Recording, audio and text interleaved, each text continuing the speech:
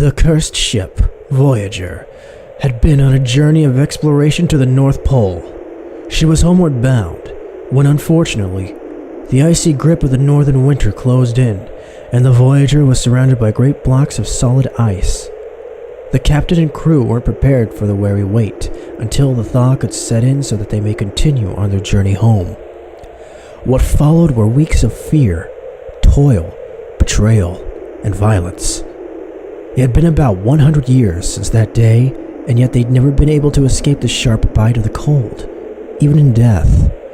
Forever cursed to eternally freeze and starve for their treachery, until one day, when the captain and his first mate Boyd stood on the deck of the Voyager, as they'd done many days prior, interrupted mid-conversation as a curious sight beheld them, one they'd not seen in more than a lifetime.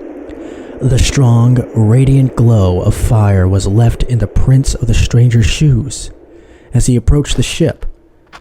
Being thought of as a non-existent in this level of hell, they quickly brought the man of fire aboard at his request, his mere presence warming their ever-freezing bones. Who is captain of this vessel? I am the captain. My name is Walton. And where is this vessel bound? We'd been on a voyage of exploration to the North Pole, but when we commenced our journey homewards, the ice closed in and never set to thaw. Lovely story. Now, may I partake in your shelter and hospitality, my frozen fellow? Well, certainly so, if you can spread the long-forgotten warmth, Mr. Dr. Alastein, I am weary and starving, much like yourselves, and I must express my gratitude as I finally have more than an ice sheet to rest my head upon, and of course company to share the warmth of my personality with. But alas, I shall not stay long, as I must carry on my quest to destroy the evil of which I created. You do speak strangely. Forgive me, if I may crave your kindness for some food. Mr. Boyd, take Baron Alastein down to the cabin and see that he is made comfortable down there. Give him food and drink. Sir, we have no food. You're doing nothing with that frozen flesh. Let our friend the Baron have a meal. But sir... Those are my orders. Aye, aye, sir. Well, Mr. Boyd, how does the stranger progress? We put him to bed, sir. He slept for quite a long time. Seems better now, but I think his mind is rambling. Why do you say that? Well, every now and again he speaks of some demon, the likes of any we've seen before. True monster. He also peers through the porthole. Strange. It truly must be something hideous to have deranged his mind so. No doubt he has a story to tell. Has he mentioned anything that may supply a key to this mystery? Or why he was wandering around here in these icy wastes? Said he was searching for an evil spirit, a violator, taker of man's decency. Something about that man makes me afraid, sir. Worry not, Mr. Boyd. There's nothing to be afraid of. I shall go down and speak to the man myself. Perhaps I can persuade him to tell me his story. Wait here, Mr. Boyd. I'll send for you if I need you. Pardon my intrusion, Baron Alastein. I came to inquire about your condition. Why was I locked in this cabin? Are you trying to keep me prisoner? I'm considering your own safety. Considering my own safety? I tell you, sir, you should consider your own. I wish to repair the great wrong that I have done. My friends, my family, they have all been ravaged, and I am the ravager. Look at me, Captain. You are looking upon a man that has unleashed a true horror upon the entirety of this realm. Would you perhaps like to relax? Relay to me some of your story? I assure you, I'm a ready listener. Be seated, Captain, and I shall tell you of how I made the horrid mistake in making man with my own hands. For in my death I was granted a powerful gift, one that allows me to commune with one scene and travel between levels at my leisure. And of course, this ability, this power, went to my head. After many countless years of wandering the plains as I've pleased, I've experienced many and incredible phenomena, and within these studies and travels I came to a wonderfully awful conclusion that I wanted to, and could, create a life of my own. This seems, well, quite incredible, Baron. It may seem incredible to one not acquainted with the darkest of powers. I took little time to consider the ramifications. I'd taken up refuge in a long, untouched tower on the Plane of Pride. The complex, nearly untouched mechanisms left inside provided me with the materials to do so with what I pleased. And within my confidence, I took in the poor lost soul of one by the name of Nifty. The dear wasn't quite intellectually inclined, but she made up for it in optimism and work ethic. For many months we worked together at the top of the tower to create the ultimate creature, one that portrayed all of the deadly sins: greed, gluttony, violence, and lust. Are you speaking the truth, Baron Alastein? As little as a sinner's word may be worth, I assure you I am. Did you succeed in this monstrous project? Indeed, I most certainly did, for otherwise I would have no reason to be here in front of you. I created such a thing, taking both roles of God and Lucifer into my own hands. You may well shudder as I tell you of the creation of this monster, and why you found me wandering the White Wastes. Captain, open that door! Let me complete my work now! Mr. Boyd! Mr. Boyd, come at once, and bring a pistol with you. Captain, no! You are condemning your first officer to a fate worse than death! There is a monster out there, a seed-crazed, conscienceless beast! Captain, what happened? Did you bring a pistol? Yes, Captain. I and all the officers grabbed one. Is there anyone out there now? Nobody, sir. Very well. I shall unlock the door, and you may come in. And what did you see? Tell us what happened. I heard the captain's call and rushed down the companionway. Though before I arrived, an incredibly tall, lanky figure leaped out at me. I was knocked to the floor. By the time I arose, I saw no one. I dashed back on deck again and nobody was there. The monster was here. You're lucky it didn't consume you whole. I have no choice but to believe your story now, Baron Alastein. I created that monster, and I mustn't stop until I kill him. What does he mean, sir? It is a strange story, Mr. Boyd. One that we will not press upon him tonight. Ensure he's given every care we can offer, and I shall ensure the man on watch is replaced. I don't believe the monster will return tonight. Why, sir, the storm has picked up. The blizzard is raging out. Let us trust that this monster perishes in the storm. I am to be called if any sign is seen of him. Try to rest for now, Baron Alastein. Mr. Boyd, ensure 2 men are on watch tonight, and prepare your cabin, so I'll be sleeping with you. Aye, aye, sir. I bid you good night, Baron. We'll speak on the morrow.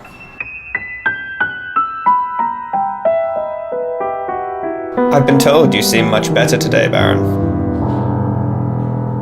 We saw nothing, but I must say I'm quite puzzled by this story of yours. Well, Captain, I've told you of the many months me and my companion Nifty worked exclusively on this project. I was set that this creature of my creation was going to be beautiful, though in my labors I neglected my friends, neglected my family, and worst of all, I neglected my darling Charlotte. But nonetheless, it just so happened that all this time my greatest friend, Husker, came to stay at our home. However, I'd become stolid and morose on the exterior, though as my experiment neared completion, within me there came to grow a strange tinge of excitement. Imagine, Captain, great crimson clouds filling the sky, me and my assistant Nifty in the laboratory late one afternoon, standing over a great table in the middle of the room, upon it a figure wrapped in bandages from head to toe. Here, I've good faith that tonight will be the finale of our work. You think the thing is gonna come alive? I certainly hope so. Here, look at how now this is nothing but a lifeless mass of flesh.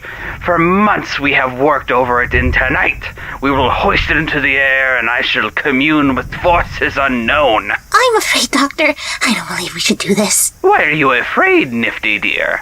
I'm about to discover powers of which rival Lucifer and God themselves. Who is there? Husker, the guy you invited. I came to see this crazy shit you was doing. Right along now, Nifty. Leave us be. Husker, my good friend, I'm ecstatic to show you the amalgamation of my experiments. Look on this bench. Tell me what you see, Husker. A glorified Halloween decoration. No! My creation! Tonight it shall have life! Yeah, probably shouldn't do that. You're like Nifty, also afraid. I ain't afraid, Al. You're just wrapping yourself up in some fairy tale shit while you got a lady waiting for you. Husker, my friend, I know I've been neglecting Charlotte, but you'll be proud of me. I will be hailed as the greatest creator of life, a new god. Yeah, probably not. Just trash this and marry Charlotte and go away somewhere for a good long time. You look like shit. I have been working too hard, but I can't just simply give up after all this time that I've worked. So you love this thing more than you do Charlotte? No, of course not. I love Charlotte very dearly, but I must do something with this work, you see. You don't understand, Husker. I will have the ability to make life itself. Things like this ain't meant to happen, Al. Get your head out of your ass. Oh, Husker, you are my best friend. You can't seriously ask me to give up all of this work. Besides, I was going to ask you to be present for tonight's events as I unwrap this gift from myself and show you what can truly be done. Fine, Al. Just can it and I'll do whatever. Fantastic! Now, my friend, let us go so that I may speak to my dear Charlotte and ask her to attend this evening.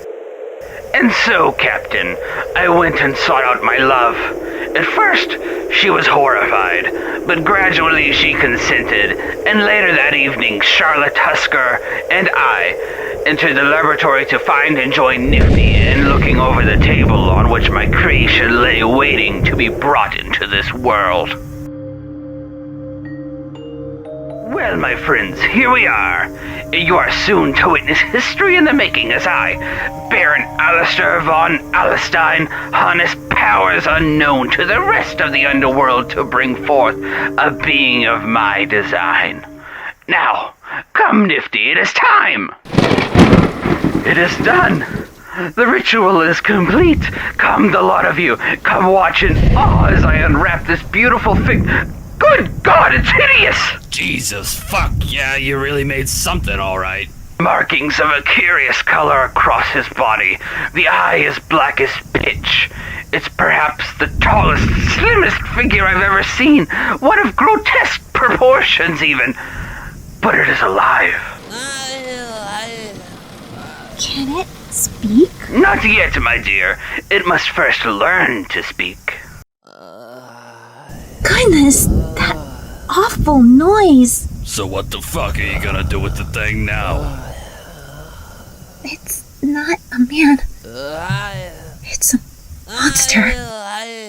Quiet! Nifty, darling, has the door been unlocked?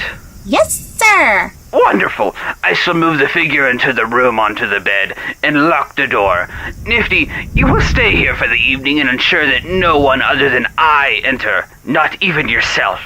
It's staring at me. I will train it myself.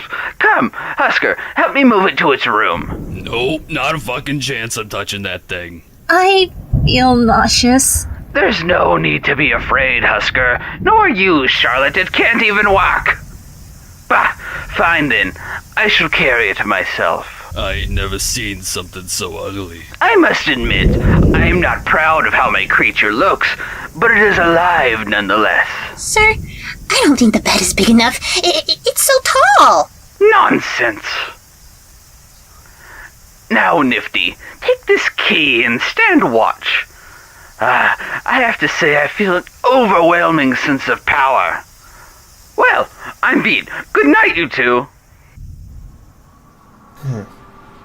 Baron Alastein, your story seems extraordinary. What became of this dreadful monster you created? That night, mere moments after the experiment, I was overcome by a sudden fatigue and found myself in bed soon after. Though in the morning, standing over me was my dear Charlotte and my friend Husker. The both of them were anxious and begging me to take away the life of which I brought into existence, until I relinquished and agreed to carry out their wishes. Well, it seems like you came to quickly regret this rash experiment, Baron. Indeed I did, Captain. I dressed rather quickly and went downstairs to meet Husker so that we may walk to the laboratory together, though when we arrived, things had gone horribly awry. I called for Nifty to no response, a pit growing in both mine and Husker's stomachs as we investigated further, to find the door behind which the creature was last night open wide with the key in the lock. We warily investigated closer, finding a figure in the bed, the sleeping body of my assistant. Tell me, Baron, what happened after finding your unconscious assistant that day? I'll tell you. Husker and I went to search, of course, though our search proved to be fruitless. Many days in, there was still not a single sign of the monster. I soon came to believe that the monster had wandered off aimlessly, soon after finding its death in the wide, violent plains of hell. Though there came a day where even I nearly forgot that the monster ever even existed to begin with.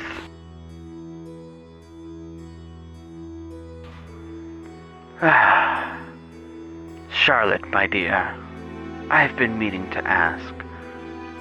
Will you marry me? Let us take a long journey together. Of course, Alastair. But are you sure nothing further will be heard of that horrible creature? It has been many months since the creature disappeared, and we've not heard any signs of it. I assure you it is safe for us to go, Charlotte. How long will we be gone? At least 6 months, my dear. Then we will return and settle down together in a home. Come, my dear. We shall soon be married. Let us go tell your father of these plans. We then left for a wonderful 8 months, finally a married couple, after which we returned home, happy, until one afternoon. Come over here, Charlotte. Look out the window. What is the matter, Al? Look at those strange crimson clouds on the horizon. They fill me with a strange sense of foreboding. Alastair. Clouds just like that filled the sky on that night I created the monster. Alastair, don't think about it. It's been 12 months since that night, and we've heard nothing of him. Surely he is dead. But is he dead? Charlotte, do you hear that? Alastair, Daddy. About time we run into each other. The monster! This cannot be! It's been a few months since we've last seen each other. Daddy, now I'm everything you wanted. I can walk, talk, and suck cock. Where have you been? That don't matter. I came to make terms with you, Daddy. Terms? What mean you by that? You gave me life. He looks horrible. That long, tall, lanky figure. An empty life with no one and nobody to love me. Tell me, monster, what is it that you ask of me? You made me. You gave life to me. We're closer than any other two could ever be. Let your dumb broad and give it me. What you ask is impossible. I will not do such a thing. So be it. Then, if you is gonna give it me, then I'll make sure you ain't got no one either. What mean you by that? The fuck you think? I'm gonna get rid of the fuckers till I'm the only one you got left. I shall kill you for this. You've wanted to kill me since day one anyway. I don't see this going anywhere right now, so I'll catch you later. Alastair, Daddy. Toodles. And what followed this encounter, Baron Alastein? Well, Captain, I comforted my wife for some time before coming to the conclusion that I must end this that night. I put her to bed and left her a note explaining my absence, as I couldn't face her and confess my awful plan.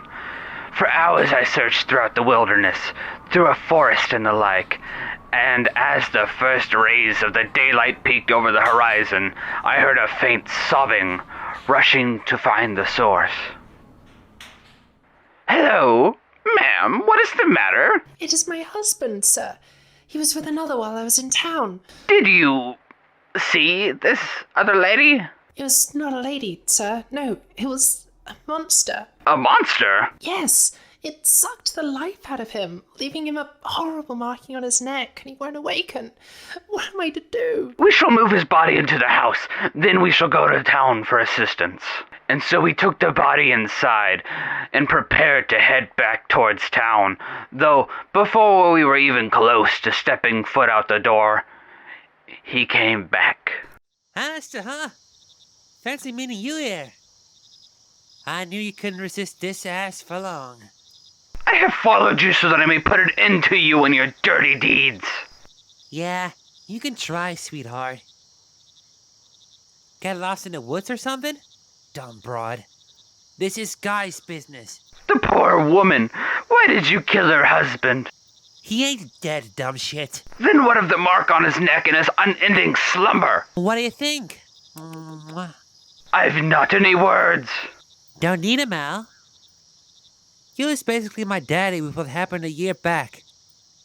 You gave me life, but nothing more. You, Kitty Cat, and a Charlie broad got lots of love for each other. I never felt. And when I want some, you call me a monster. I came across these two, full of love and shit. Why can't they have it and not me? Because of you, Alastein. You shall call me a creature, but I'm a person, goddammit. The only thing I'm missing is love. And why did you do this to this man? Because she made me unlovable. Not you, not your friends. Not any fucker's gonna give me some love as for what you made me. So, Alastein, if you ain't gonna give it, then I'm gonna take it from you and show you how it feels like. Monster, you try to arouse my sympathy. My Charlotte is likely in such deep despair, filled with anger, that I come to confront you. Why, if I'd done what she'd asked, you'd never have felt life to begin with. I'm gonna cut to the chase with you. Al, if you don't be my guy, then I's gonna make sure you ain't anyone's guy. But I cannot do it. I'm trying to reason with ya. You made me with them hands of yours. And all I want to do is hold them into mine. I just want what everybody else has. Don't deny me that. Baron, surely you didn't agree to this monster's commands. With dragging footsteps, Captain, I returned home to find my wife Charlotte and my best friend Husker waiting for me. Alistair, my love, I'm so glad to see you. I worried that the worst had happened after reading your letter. Tell me, what news have you? The monster still lives, but have no fear, no more harm shall be done. How do you know this? I've spoken with him, and we shan't ever be subject to his presence again. So, you lied to her? Yes, Captain, but I had no other choice to spare her from the horror of this reality. My wife had left the room as me and Husker began speaking. He offered me whatever help he could, and in the end, we convinced Charlotte that he and I were going to take a vacation to calm our nerves. We told her not where we were going, but privately agreed upon a large cottage on the island within the Lake of Fire. We were there many weeks, possibly months, without a sight nor a sound, even similar to that of the monster, though one evening, after Husker had gone to bed. What in the hell? Guess who? You! I've been watching you this whole time. I chased you here, to the middle of the lake of fucking fire. And finally, I'm happy that we can be together. Knowing that soon it's just gonna be you and me in the middle of nowhere, together.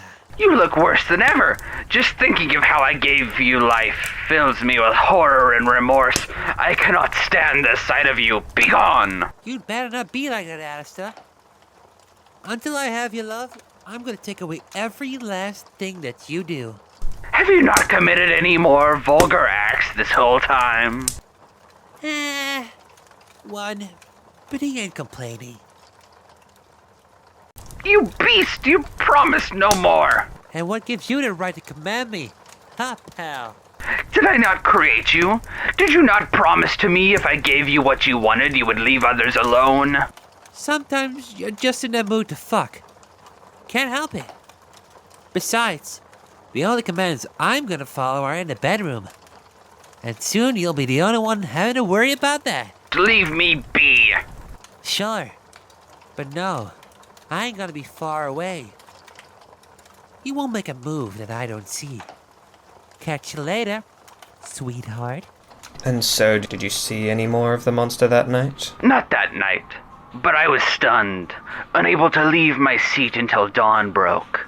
Husker found me that morning, not having left that spot, and I explained to him what happened after he'd laid down the night before. We made an agreement to leave on the next ship that came through. We were mere minutes away from departure when Husker realized he'd left his briefcase in the cottage and went to retrieve it. I thought nothing of it until moments later a ghastly moan filled the air. By the time myself and a few sailors arrived, it was too late. We searched for the perpetrator for hours and hours, though, as we were still empty-handed and the sun began to set, we departed from the island with my unwaking friend. It took little time for us to arrive on shore, and even less time to arrange transport back home. Back to my Charlotte. Alistair, it's so good to see you once again. I'm so glad you're home. As am I to be home, my dear. How are you, my love? Have you recovered from the terrors of the monster? Indeed, darling, I am well. Yet, you look so weathered. It's just been a long trip, dear. And where is Husker? Did he not come with you? No, Charlotte, he, decided to stay on the coast for some time. Now, enough questions. Tell me about yourself. Have you been happy here? Oh, Al, how could I be happy without you here? I eagerly awaited your return. Have you any encounters with the monster? Not a sign. I've been living with the high hopes that he had perished so that we may never hear of him again. Why? Have you seen any of him during your travels? Well, once, yes. On the island. And here I'd hoped that the creature was dead. Alistair, why must you look so worried? Worry not, Charlotte. Just know that from this day forth, I'll never leave your side again. Alistair, I must say that I am beyond delighted to hear this. But whatever is it that has gotten into you? May the monster return. I cannot let you fall victim to it. Victim? Al, why do you think that he would attack me? Question me not, my love.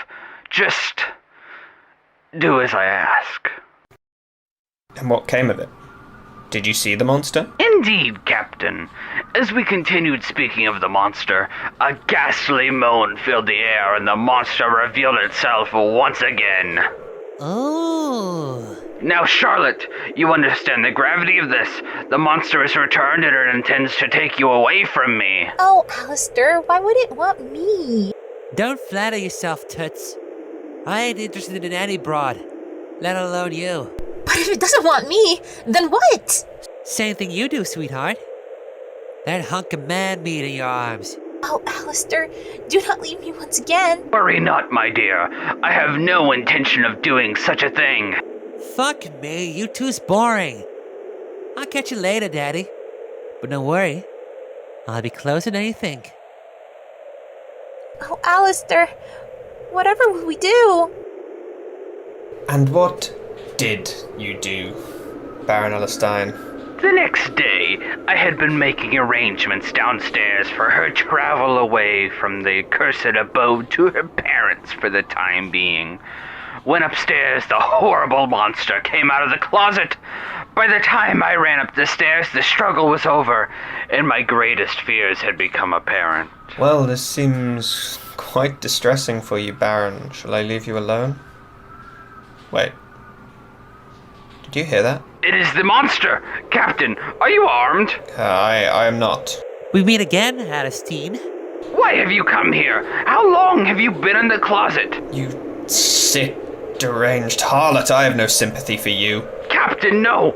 Stay where you are, lest you suffer the same fate. Do neither of you realize that I too have suffered? This'll be over soon, Alastein. I came to tell you that I'm done without us. I'm all yours. Any way you want me. The only way I want you is dead, foul beast. Don't look to escape me, Alastein. In living and in death, we're connected. But for now, I'll go. Go? Where to? To get ready for the end of the story. Baron, I'll be here before you know it. Captain, you must go on deck. Arm each of your men and have them watch. Carry a firearm yourself and return to me once you have. Captain, you have returned. What news have you? The ship is heavily guarded, Baron, though we have seen no sign of the monster. Though he promised to come back for me. I've placed men all over the vessel, Baron Alastein.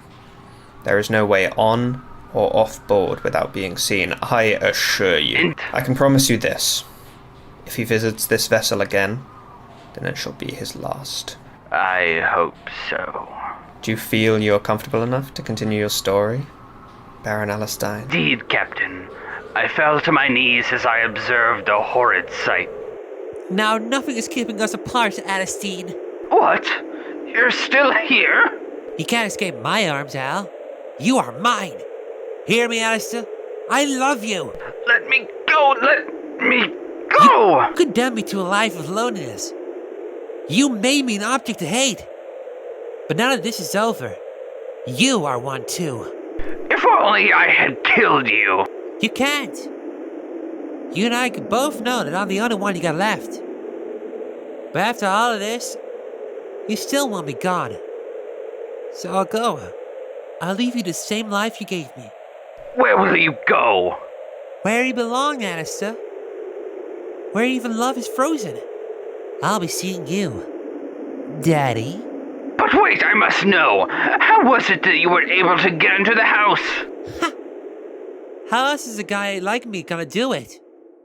If I came out of the closet. And what happened, Baron? Did the monster make his escape? Indeed he did, Captain, leaving me no different than himself, an object of disgust and hatred. I left my home, my first steps being to find a trail or trace of my enemy. However, it was not hard, as he left a revolting trail of vulgarity the whole time, though I had not found him. I knew his destination. There was only one place for creatures such as him and I, and it is here, where the only feelings are that from a cold heart of hate. Upon arriving into this, the ninth circle of hell, I had come across the frozen abode of one that I'd soon come to realize had suffered at the hands of the monster. Though, before I had any inkling of what was to come, the monster burst forth from the closet standing behind me. It's about time you got here, Alastein. Because you are my creator, so should you be my lover. We're both outcasts now. Can we not be outcasts together? I have thoughts like you, feelings like you.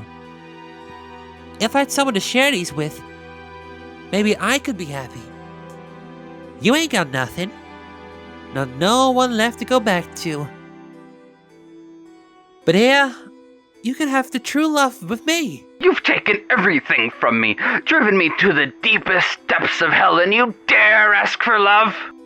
Are you happy now? I haven't known a moment's happiness since I've created you.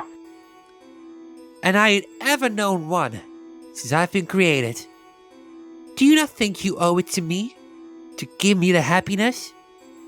To give me your love? I owe you nothing but hatred. And because of that, because you couldn't give me just a little bit of you, I took everything you loved. Now we are both outcasts. Let there be love between us. Alastein? I have sworn that I will never rest until I destroy that which I created. Perhaps I am responsible for some of your suffering, but I created you, and now it is my only desire to kill you. Then you can fucking try. But I ain't gonna give you the pleasure. Follow me, chase me, Baron Alastein. Chase me till the end of time. Later, Daddy. And did you pursue this monster? He made his escape with incredible swiftness, though I followed in his tracks, searching for many months. He seemed he took pleasure in leading me on, sometimes leaving writings, markings, and even articles of clothing. This burned the fire inside of me to heights unimaginable, and occasionally I was rewarded with just a glimpse of him, though I would then lose him. Wandering aimlessly, I gradually found my way to the ship where you gave me your kindness and hospitality, Captain. I must leave you for now. I'll be on the deck if you require me. I'll return later to speak with you once again.